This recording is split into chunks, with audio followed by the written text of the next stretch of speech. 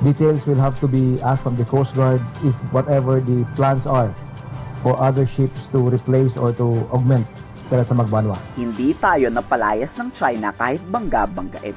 Ayan mga utol, gusto nilang paalisin. Balikan lang natin konti yung picture na yun ha. Teresa Magbanwa. Hindi. Ayan mga utol, no? So pinalibutan talaga itong BRP Teresa Magbanwa dito sa Skoda Shoal, no?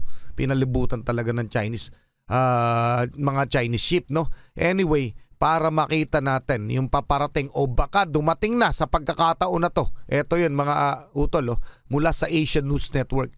Philippine Army claims 207 Chinese ships swarms West Philippine Sea.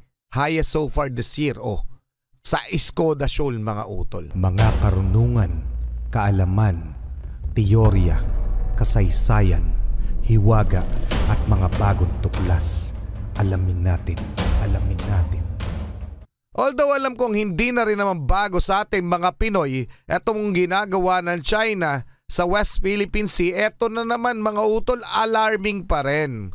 Kasi napakaraming barko ng China ang pabalik sa ating exclusive economic zone sa West Philippine Sea. Mamaya alamin natin kung ilan ang bilang. Dito muna tayo kay Melbs Castle, BRP Teresa Magbanwa. Palulubugin raw ng China warship? Aba, ibang klase ang pag ginawa nila. Nakakatakot to, napakadami ng barko ng China sa West Philippine Sea. Tama yan, mula kay Melbs Castle, pakisubscribe siya, pakilike na rin yung video, malalaman na natin mga utol. Kakapasok lang na balita matapos magsilayasan ang lahat ng barko ng China sa West Philippine Sea. 207 mga barko naman ng Chinese ang pabalik ngayon sa EEZ. Inaasahan ngayong araw nakapasok na to sa ating teritoryo. For sure na tunugan ng pabiyahe na sa Japan ang carrier strike group ng US Navy. Dito asahan raw na may banggaan namang mangyayari dyan at magkakainitan. Ito na raw ang pinakamaraming deployment ng China na sabay-sabay papasok sa ating teritoryo. Grabe, no? Talagang yung constant presence nila. Doon nila, yun yung pamamaraan nila para makuha nila yung teritoryo. Pero palagay nyo ba, papayag pa ang Pilipinas na maagawan pa ng teritoryo? Ako'y naniniwala pa rin sa sinabi ni President Bongbong Marcos na wala silang maagaw kahit 1 pulgada ng ating teritoryo. 'Di ba? Yung mga dating naagaw na nila bago itong administrasyon na to. Okay, pero yung ngayon maagawan tayo, palagay ko magkakanda leche-leche na. Sa palagay nyo, tuloy muna natin, mamaya titingnan natin yung report tungkol dito mga utol para sa legitimacy. Hinihinala ni Commodore Trinidad, pwersahan na raw papalayasin ng Chinese forces ang BRP Teresa Magbanwa. Pero pagigiit ni Commodore Roy, kahit butas pa ang ating barko, handa tong pumalag ulit sa China. The ship is still there. The men and women aboard the ship are in high spirits, high morale. The intent of the Coast Guard is to have sustained presence. The Philippine Navy and the AFP under Western Command is there to support the Coast Guard in whatever endeavor they have. Not only for Skoda but for the entire total number of our features in the West Philippine Sea. Inaasahan. Teka lang mga utol, ang para sa hindi nakakalam, number one problem kasi natin dahil kaya hindi natin talagang matutukan yung mga natitira nating mga islet reef, yung mga teritoryo natin dyan sa West Philippine Sea, kaya hindi natin matutukan sa kakulangan ng ating assets. Okay? Sa kakulangan ng ating barko. Kaya yun ng China gawin kasi napakarami nilang barko. Okay, kulang po tayo talaga sa mga barko. Kaya ang ginawa, instead na magmo-monitor lang, in-steady doon sa Skoda Shoal o sa Sabina Shoal yung BRP Teresa Magbanwa. At yun yung kinakagalit ng China kasi nga inaangkin nila yung lugar. Nandun tayo, hindi nila mapalis. Kita nyo, binangga na nga para lamang matakot. Hindi naman nila pwedeng persahing paalisin. Kasi ganun din yung nangyayari, di ba? Sa Scarborough Shoal, sa Ayungin, yung pinapalibutan nila, tas nandun lang yung Chinese Maritime Militia. Nandun lang sila, hindi sila aalis. Hindi rin naman natin sila mataboy, no? Ganun din yung ginawa ng Pilipinas. Dito sa BRP Teresa Magbanwa, sa Skoda. Nakasteady na dun. Okay? So yun yung magandang diskarte at sabi ko nga dati, nitong mga nakaraan lamang, mas maganda rin na magtayo na tayo ng permanent structure sa Scarborough, sa Ayungin, tsaka dyan sa Skoda. Diba? Sinabi na rin yan ng mga senador natin. Minungkahin na rin yan. Palagay ko pwede na natin gawin. Dadagdagan pa ang barkong ipapadala ng Philippine Coast Guard sa Sabina Shoal. Mag-isa pa rin kasing nakadeploy doon ang BRP Teresa Magbanwa. Just in case raw na magkainit ang muli at magtambak na naman tong mga incheck, may resback daw na tutulong. Kailangan daw may sapat tayong laban. Pero Philippine Coast Guard na raw ang bahala at magdidesisyon kung ilan ang ipapadalang barko. Teresa Magbanwa is right now in the Skoda Shoal responsible for monitoring if the crash corals are man-made.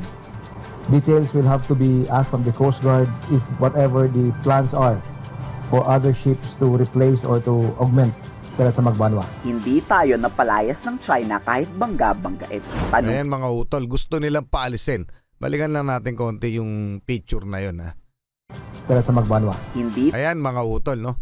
So pinalibutan talaga itong BRP Teresa Magbanwa dito sa Skoda Shoal, no? Pinalibutan talaga ng Chinese, mga Chinese ship, no? Anyway, para makita natin yung paparating o baka dumating na sa pagkakataon na to. Ito yun mga utol, mula sa Asian News Network. Philippine Army claims 207 Chinese ships swarms West Philippine Sea. Highest so far this year. Sa Skoda Shoal mga utol. In Skoda Shoal, Sabina Shoal alone, the new flashpoint in this simmering maritime dispute between Manila and Beijing in the South China Sea, there were at least 68 Chinese ships from September 3 to September 9. Okay? Yan po yung pinapakalat nila na nakapalibot sa mga teritoryo natin, no? 207. Napakarami. Ganyan ginagawa nila. Naka-steady. Nyari yan, Sabina, ganyan. Diba?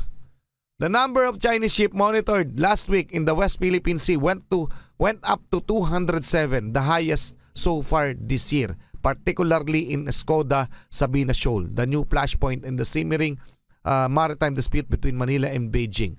Okay? So mula na yan mismo sa Philippine Army. Dahil nga dito, no, hindi nila mapaalis. So papalibutan nila mga utol. Pwede nilang bangga-banggain ulit. Anong masasabi nyo dyan? Pag pinalubog nila yan, magkakanda leche-leche yan. Tayo napalayas ng China kahit bangga-banggain. Tanong sa Philippine Navy, handa ba ang puwersa ng AFP re-responde sakaling lumala pa talaga ang tensyon? Lagi raw nakahanda at nakasuporta ang Armed Forces of the Philippines sa PCG. Hindi aatras at walang papatinag sa pananakot ng mga incheck. Buti naman. In Sabina Shoal, are you still confident that you can provide you can achieve next role mission under the provisional agreement with China? The Philippine Navy and the AFP is confident that we will continue performing our mandate regardless of any situation on the ground. Nice. Without interference from the Chinese side? We will continue performing our mandate. We will not be deterred by any action from any adversary. Isiniwalat Nice naman one. kung kailan hihingi ng restback Hindi sa Estados matitinag, no? Unidos. Pag hindi na raw normal ang bilang ng puwersa ng mga Chinese. Pag may iba daw warship na galing sa ibang teritoryo ng China, doon na daw tayo hihingi ng military support o i-invoke na ang Mutual Defense Treaty sa US Army. Ano yung abnormal, sir? Ano yung abnormal? The moment they bring in forces from the other theaters, the East Sea and the South Sea fleets. Can you mention any numbers, sir, kung gaano kadami to say na abnormal na yung deployment nila? It will depend on the total number of the Coast Guard, the Maritime Militia, and the PLA Navy under the South Sea Fleet. The South Sea Fleet open sources will tell us that there are around 80 to 90 ships and aircraft, ships and submarines. For the Coast Guard, roughly 25 to 35. For the Maritime Militia, we have monitored in the past 2 or 3 years ago a high of 250, Grabe. even up to 300. Hanggang 300, no? Ganong kadami, no? Yung dinideploy nila, no? Pero once na ginawa nilang atakihin ang anumang barko, 'di ba? Sinabi ni President Bongbong Marcos at sinabi ng presidente at ng US Defense Secretary na si Lloyd Austin, no? Once na atakihin nila ang asset barko, personnel o kung ano pa man sa Pilipinas, mapapalaban na sila itong China. Kaya hindi rin nila ginagawa. Pero wag rin tayong pakakampante, di ba mga utol? Baka sindihan nila yan. Kaya nga naghahanda tayo eh. Yun na rin yun. So long as the numbers don't exceed what we have monitored, it indicates that this is still within the range of the South Sea Fleet capabilities to deploy forces. Magkakabanggaan talaga dyan anumang oras. Totoo. Kaso wala na ang US forces sa Manila Bay. Paano tayo lalaban yan ngayon? Ano sa tingin nyo ang plano ng AFP? Magkakabanggaan, pwede mangyari talaga yan sa mga susunod na pagkakataon. Paano kapag hindi na mapigilan, no? Maging mitya na. Sinabi ko na yan eh. Isa sa pwede maging mitya ng digmahan pandaigdig, etong dispute natin dito sa South China Sea. And wag po kayo mag-alala, hindi po tayo may problema. China po ang nagsisimula ng mga bagay na yan, ha? Hindi po tayo. Okay? So ang tayo dumidepensa lamang palagi. Paano nga kapag hindi na natin kayang umiwas? Di ba pinanggabangga na nga tayo? Hindi naman tayo kumilos ng masama at pinalabas pa nila, tayo pa yung bumangga sa kanila. Ito lamang nakaraan. Gaano kawawalang yaya mga yan, no? So ano masasabi nyo mga utol? Pag pinalubog ng China, itong Teresa Magbanwa, ano kaya ang mangyayari? Pa-comment ang inyong opinion. Maraming salamat sa iyo, Mavs Castle. Maraming salamat. Muli ako sa Target Achilles. Hindi ako the real South Pride Production. Okay, nagpapasalamat sa walang sawa niyong pagsuporta. Kaya mag-ingat, keep safe, God bless. At saludo po ako sa inyo lahat. Maraming salamat po.